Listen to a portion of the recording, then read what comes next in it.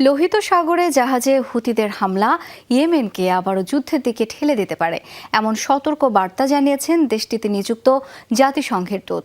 বৃহস্পতিবার একটি বাণিজ্যিক জাহাজে হামলা চালায় হুতিরা। গত সপ্তাহে সৌদি জাহাজ চলাচলের উপর অবরোধ জারি করে গোষ্ঠীটি। এই সিদ্ধান্ত অমান্য করায় জাহাজগুলোকে লক্ষ্য করে চালানো হয় হামলা।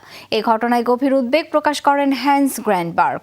এক বিবৃতিতে দেশটিকে আলোচনার মাধ্যমে সংকট নিরসনের আহ্বানও জানান। হুতিদের যে কোনো পদক্ষেপ পরিস্থিতি অস্থিতিশীল করতেও দেশটির জনদুর্ভোগ বাড়িয়ে দেবে বলেও সতর্ক করেন। 2022 সাল থেকে ইয়েমেন যুদ্ধাবস্থা নেই, তবে সশস্ত্র গোষ্ঠী হুতিদের দ্বারা সৃষ্ট রাজনৈতিক অচলাবস্থা দেশটিতে এখনও বিদ্যমান।